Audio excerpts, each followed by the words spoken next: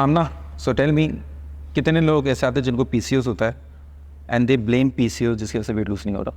I think blame तो हर कोई करता है जिसको पीसीओएस है कि उसकी वजह से वेट लूज नहीं हो रहा, लेकिन अब जो यंगर जनरेशन है आई वुड से उसमें 60% of the people have PCOS, जो ओल्डर जनरेशन है उसमें काफ़ी कम है। सही है, बट ये उनको कौन बता रहा है कि पीसीओएस होने की वजह से उनका वेट कम नहीं हो रहा? कहाँ से? The doctors that they go with.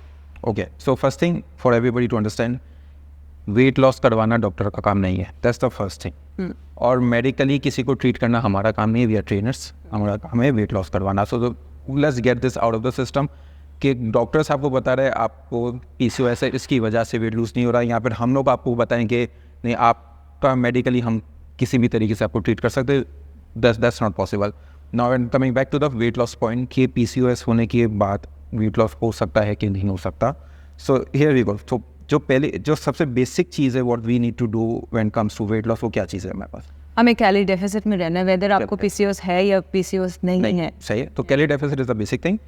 जितनी कैलोरीज आपकी बॉडी यूटिलाइज करती है उससे अगर कम खा रहे हैं तो आपका वेट लूज होगा, that's a calorie deficit, that's the basic.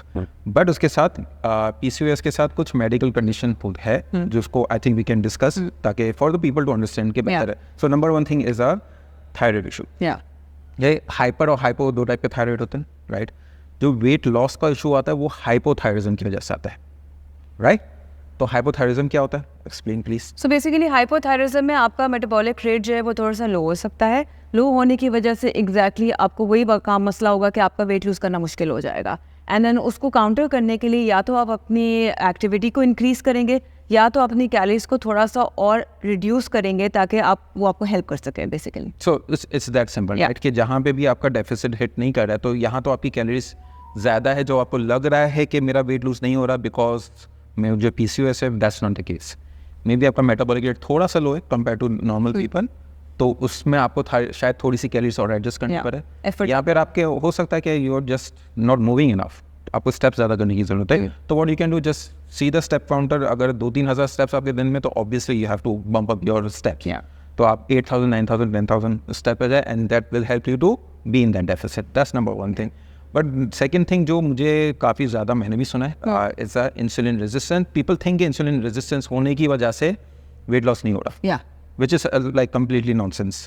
Insulin resistance क्या होता है? Let's just discuss this first.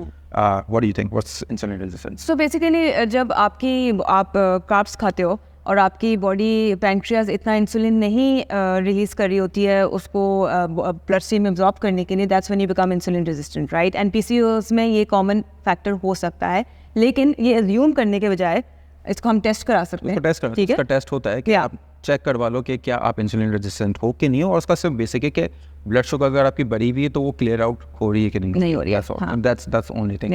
तो maximum what you have to do कि आप अपने कार्ब का इंटेक थोड़ा सा कम कर लो।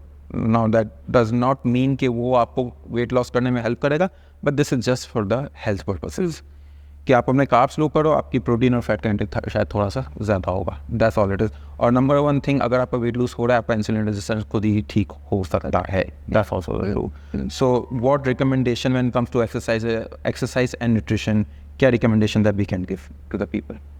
सो सी, अगर तो ये दोनों इश्यूज नहीं है, ठीक है, अगर तो ये दोनों इश्यूज नहीं है तो फिर तो obviously they have to consider कि whether they are in a calorie deficit और नॉट।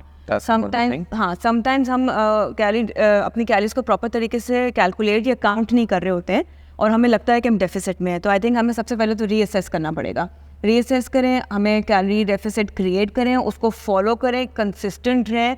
अगर तो नहीं हो रहा, probably they're still not in a deficit, they need to go lower than that and follow it for some time. That's the number one advice. Weight loss के लिए से बेहतर एडवाइस कोई है नहीं। whatever diet plan you're on, deficit में नहीं हूँ तो आपको रीअसेस एंड जस्ट whatever जो प्रोग्राम है उसके ऊपर जस्ट बी कंसिस्टेंट। हो सकता है आप you are not patient enough कि आपको जल्दी वेट लूज करना है और आपका हो नहीं रहा इसकी वजह से, यू आर जस्ट थिंकिंग के पीसीओएस की वजह से।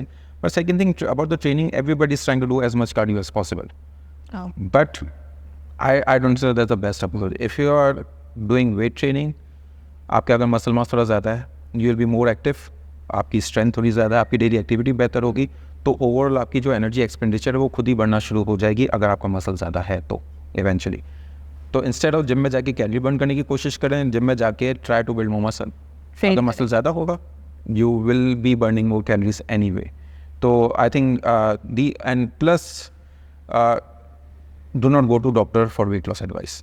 आप डॉक्टर के पास जाए मेडिकल एडवाइस के लिए, वेट लॉस के एडवाइस के लिए गो टू ट्रेनर और nutritionist. Yeah. So that's what gonna help you, right? Yeah. Yeah. Okay. I hope it helps. I hope it helps. Yeah.